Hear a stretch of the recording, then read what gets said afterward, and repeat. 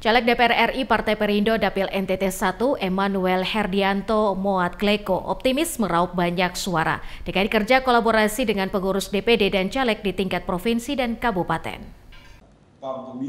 Calon anggota legislatif atau caleg DPR RI dari Partai Perindo, daerah pemilihan atau Dapil NTT 1 Emmanuel Herdianto Moat Gleko terus melakukan konsolidasi ke dapilnya.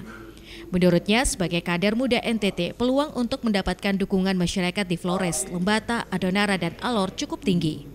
Apalagi di basisnya bagian timur di wilayah Momere, Flores Timur, Lembata, dan juga Alor, dengan melihat kader-kader senior yang meraih suara tidak terlalu signifikan pada periode pemilu sebelumnya di wilayah itu.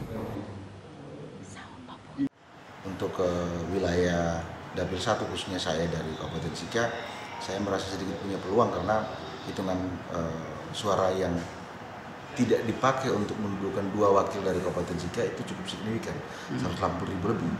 Dan kalau itu saya maksimalkan kerja di Sika, saya kira saya punya peluang. Di kabupaten lain saya kira sebarannya merata karena ada peluang yang juga saya tangkap dengan dasar asumsi begini. Untuk caleg Perindo dari Kabupaten Sika, Kabupaten Flores Timur, Kabupaten Lembata, dan Alor, untuk Flores bagian timur itu cuma saya.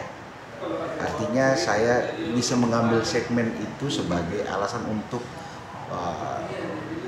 mendekati semua ketua DPD dan bekerja sama dengan mereka memastikan bahwa suara Partai Perindo untuk Flores bagian timur itu bisa dimaksimalkan untuk saya karena calon dari Flores bagian timur saya.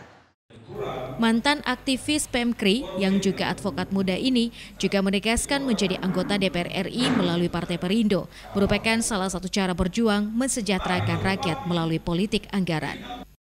Politisi muda NTT ini dalam musyawarah kerja wilayah DPW Partai Perindo NTT di Kupang juga menyatakan dirinya tidak ingin memberikan janji-janji yang muluk kepada masyarakat.